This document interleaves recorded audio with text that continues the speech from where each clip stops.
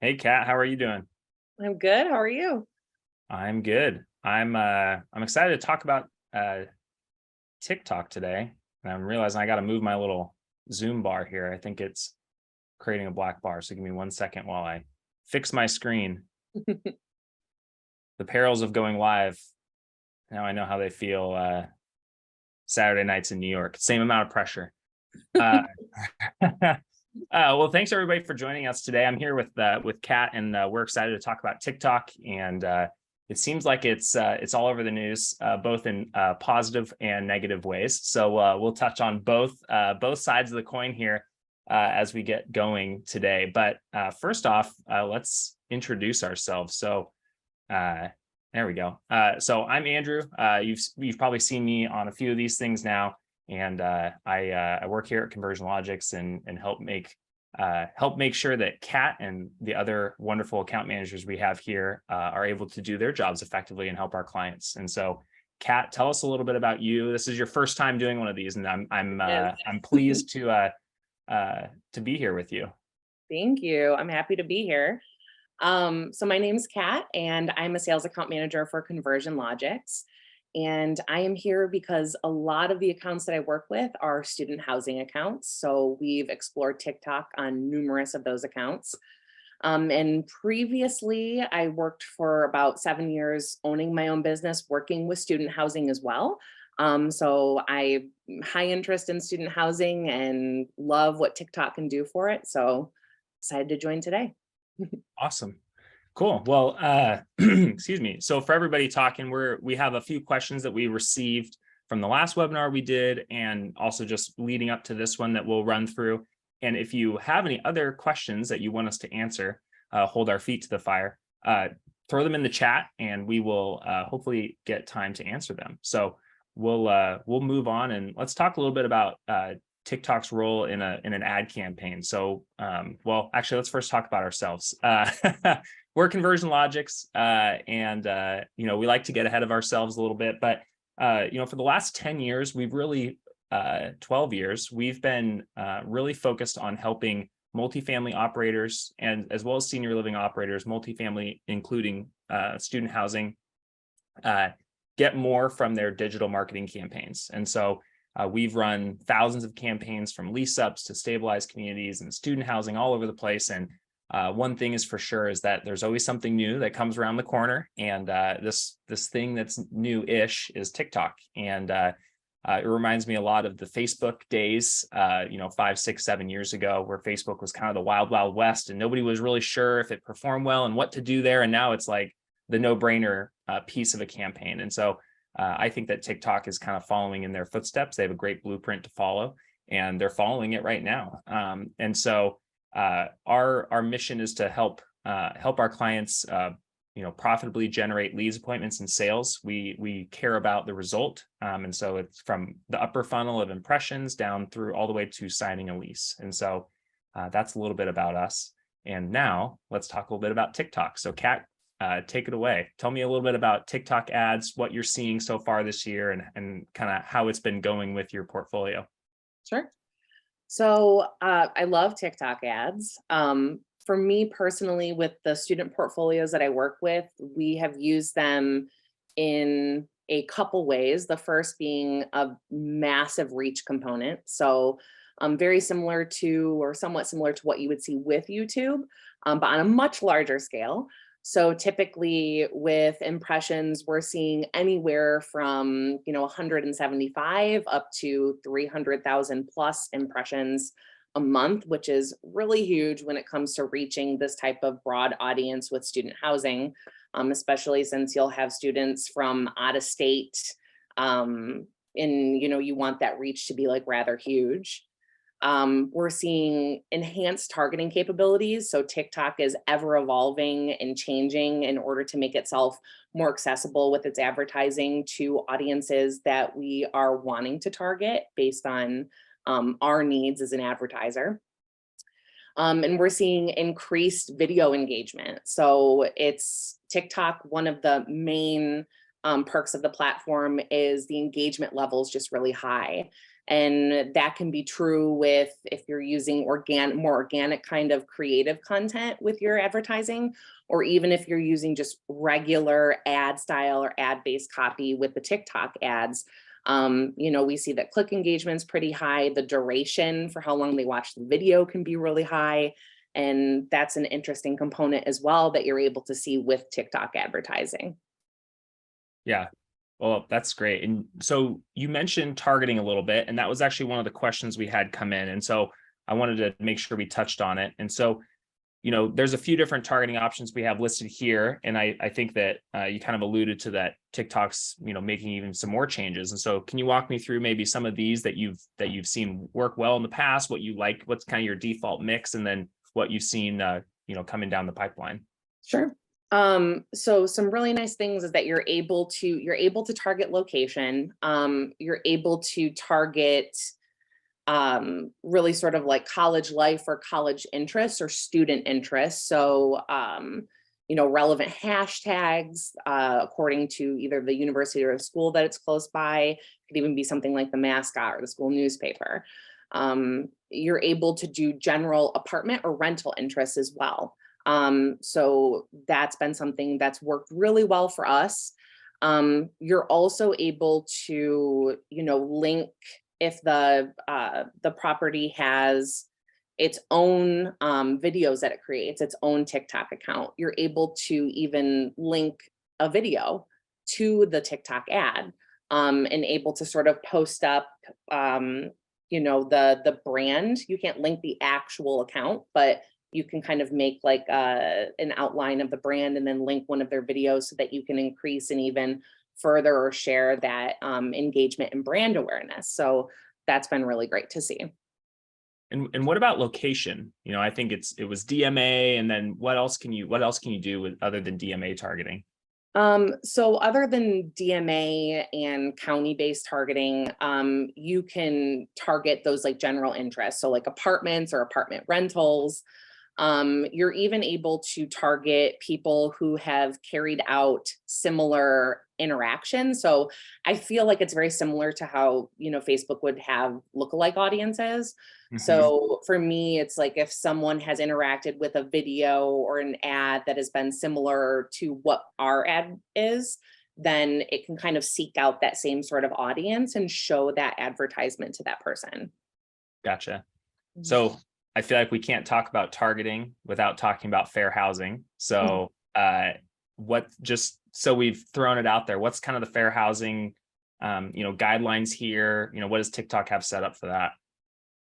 So for the most part, TikTok has been working really hard to ensure and stay in compliance.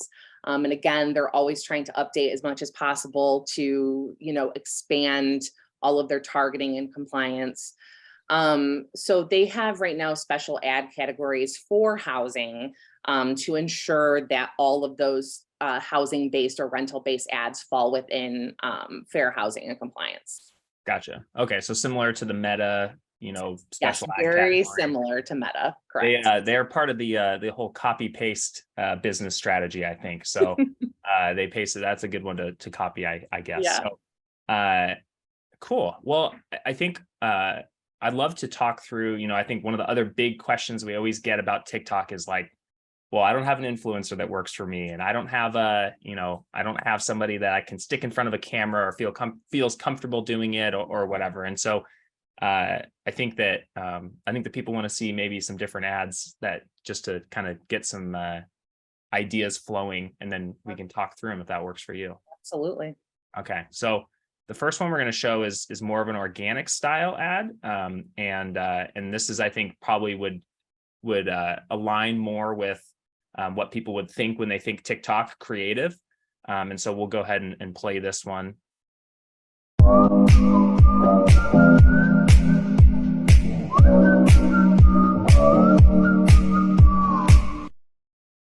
So that one's a quick cut, uses the popular trending sound of that song from Top Gun that my wife plays like every other day. And so now let's go to something that's a little bit more of like a traditional ad.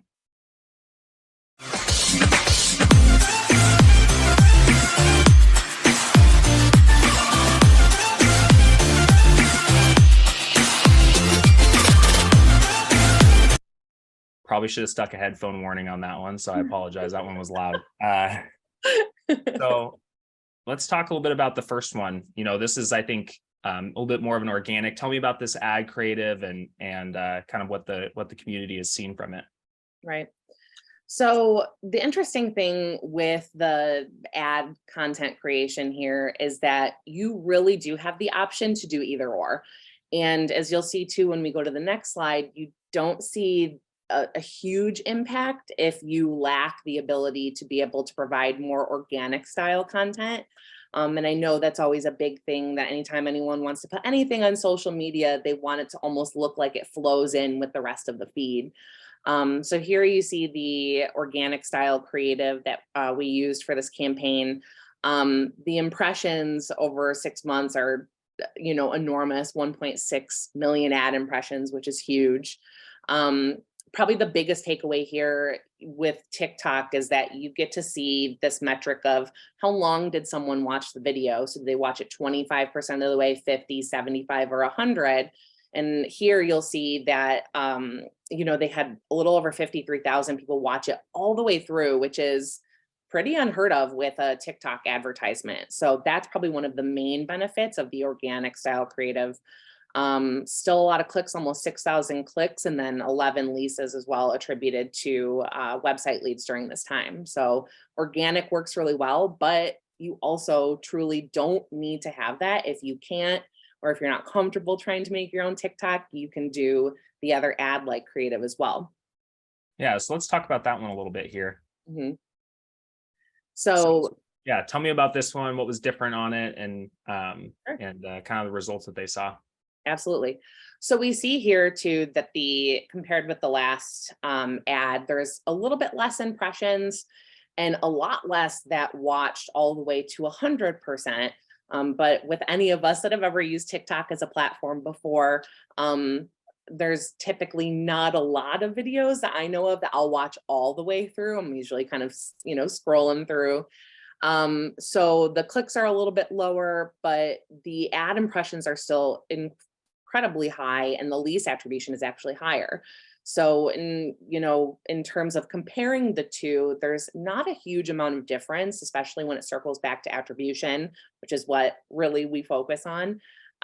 So really you don't have to feel the need to, one, spend a ton of money on TikTok in order to make your ad effective. And you don't have to have, a famous person or like hire someone out to be able to do your ad creative. It really works both ways.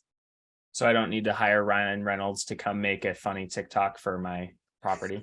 No, I mean, I would love to have Ryan Reynolds do that, but I can only imagine how much he would cost. Right. So you mentioned some KPIs and things. Obviously, we have a few of them up here. What kind of walk me through the different metrics and how you think about them, and what the property is seeing. Right. So two of the main components that I've seen from a KPI standpoint, one would be that year over year, we're seeing pre-leasing be roughly about 8 to 10% higher. So Wow. just in general, yeah, that's pretty huge too, especially since depending on the property, pre-leasing is typically going to make up a good percentage of their leasing for the year. So to Totally. see that ramp up even higher, with some of the campaigns that I've worked with where they're using TikTok, that's been great to see. Typically, we also see a pretty big lift in organic traffic as well. So it's very normal, especially when you kind of look at any sort of social media advertising medium, for you to see more of a direct link with people searching for your brands, like a lift in brand engagement, and then organic lift as well, traffic as they come back and sort of just Google and search your actual brand name, and then are attributed that way. Yeah. And what kind of budgets are were these properties working with? Is this all their budget? How much money do they have to throw at this to get these kind of results? Yeah, so that's a great question, because if we take a look at these two ads that we've watched, the more organic style ad that we showed had a $1,500 budget, which again, you don't need to have that. So we're working for this Cambridge Oaks, 850 is their budget. And when you take a look and kind of cross compare their the impressions and the clicks and everything that they were able to receive from this TikTok campaign, you can really see that you don't need to spend as much. In fact, with a lot of the student campaigns I work with, because TikTok can kind of be this all-encompassing advertising medium, I'm able to just have them on like 850 or so a month with TikTok, and then one or two other things, and that just encompasses the entire spend that they would have for their portfolio, and they're still seeing those numbers like 8 to 10% higher in pre-leasing year over year. Yeah, that's pretty amazing. And actually, I'm going to stop my share here. So, you mentioned something kind of interesting, and I want to dig in on it a little bit. Is this idea, I've seen it that Gen Z uses TikTok to search, and I think one of the properties, and I don't know if it's maybe Cambridge or not, like didn't even do Google search. They did TikTok, and are seeing these results because of the way that the younger generation is using it for discovery. Do you want to talk about that a little bit? Yeah, so I believe it was a New York Times article, if I'm not mistaken, but it was, roughly, 80 something percent of that generation uses TikTok to search. So when we think about, the reach that TikTok has as an advertising medium, the impact that you can have through just one facilitation of the ad, but then having it even on the platform in general. So if they do search, they do look, they're able to come up in those searches. And of course, too, like the hashtags as well that you can include on the ad. So really, it just kind of gives you this like all-encompassing ability to kind of tackle almost multiple advertising mechanisms within a TikTok ad, which is really unique to the TikTok platform. Yeah, it's funny. I read that article, and I don't know, made me feel old. And I was like, well, I guess now millennials are old now, or I guess, or whatever. But yeah, it's kind of interesting. I actually tried it on on TikTok, and it's a different experience. I mean, it's, to use a kind of a cheesy word, it is more immersive, because you're like, rather than just, oh, I'm going to look at a picture, it's like, oh, I'm seeing somebody take a real video of being here. It's like Google reviews on steroids. So Yeah. it's very interesting. So we've had a couple questions come in, and I wanted to ask you one, and this is just kind of a little bit of a different question, but what about Instagram versus TikTok? What's your take on that? Instagram Reels, I think we talk about copy paste. Obviously, Facebook's now copy and pasting from TikTok. So what's your take on that? So I love Instagram stories, and I love Reels. I think that the difference there is the reach really isn't the same. So when we take a look at something like Instagram stories, even though the sort of content, the video content can be somewhat similar, I don't find that the video content can be as engaging as TikTok. And it could just be their methodology, their approach to advertising in general as a company. But the reach also is a fraction of a TikTok ad. It's less than YouTube as well.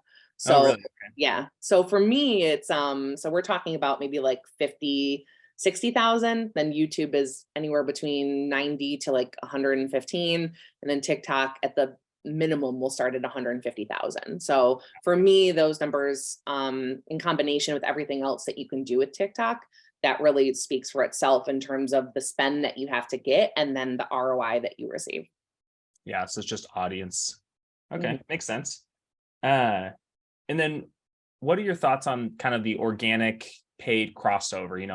How should people think about organic on TikTok? I think it's on the paid side, you could try to do something that, like we showed, that doesn't require to have kind of that organic style. Do you think it's worthwhile engaging in organic as well? And how should somebody do that in a way that, maybe doesn't take all their time as a leasing agent?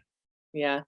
I think that's probably one of the number one questions that I get when I talk to some of the properties, because they'd be interested in advertising on TikTok. And then they're like, oh, do I have to monitor another social media account? Right. Do I have to go be an influencer and fly to Bali and then come back and then Right. go? And I mean, truly the answer is that you don't have to do that. So one of the really interesting things with TikTok is that you can advertise and not have a, not have to have this like massive TikTok account where you're constantly posting. It's if you think about how much you go through TikTok and then you see something, and then how likely are you to go over to that person's account and keep scrolling? And sometimes it does happen, but a lot of the times, not really. So it gives it more of that kind of like full on freedom approach to TikTok, and just the reach that it's able to have, kind of circling back to that, and how it's able to stay so, huge for that audience type. Yeah, no, it makes sense. I think the last question is really something that's a little bit different, but the regulatory question, right? It's like what do we what's going to happen with TikTok, and especially with it, I think University of Texas Wi-Fi, you can't access TikTok, and so there's kind of this weird landscape that's happening, and I'll speak to that a little bit from what we've seen and some of the research that we've done is, TikTok, ByteDance US is, they're trying to, I think, separate as much as they can from, where the country of origin, China, where the headquarters is. And I think they're doing a lot of different partnerships. They're trying to, figure out how to balance, making sure that, US data stays on US servers and things like that. And I think from our standpoint, TikTok is here. It's a large medium, and it's equivalent to Facebook as far as the types of targeting and things that they allow you to do, and the audience is such that let's take advantage of it and try to capitalize on the audience and grow from there. And of course, we don't know what the future holds. The same way Facebook changes their targeting all the time. Everything is always changing in this industry, but I think that the results definitely speak for themselves, and it's it's a powerful platform that I think has a long runway. And my guess is that if there is something that comes down, it'll end up getting sold, like it almost did 2 years ago, get sold to somebody, and be another platform. So that's kind of our take on that. Are there any final questions coming through from chat? If not, I'll throw up a little place where you can go find, and you can talk to Kat. You can talk to Kat about all things TikTok, and she'll love to talk to you. And that's at our website, conversionlogics.com. There's a little, schedule an appointment, and you can talk to us about TikTok, whatever else, and we'd be happy to chat with you about any campaigns that you want to run. So thanks everybody for tuning in. I hope you have a great rest of your day. And thanks, Kat, for joining. It was great to kind of hear boots on the ground, what's happening in that world. And I love that 8 to 10% pre-lease lift is just, that's just sick. That's just no other way to say it. So very cool. So thanks for joining. Thanks everybody for tuning in, and we'll see you next time.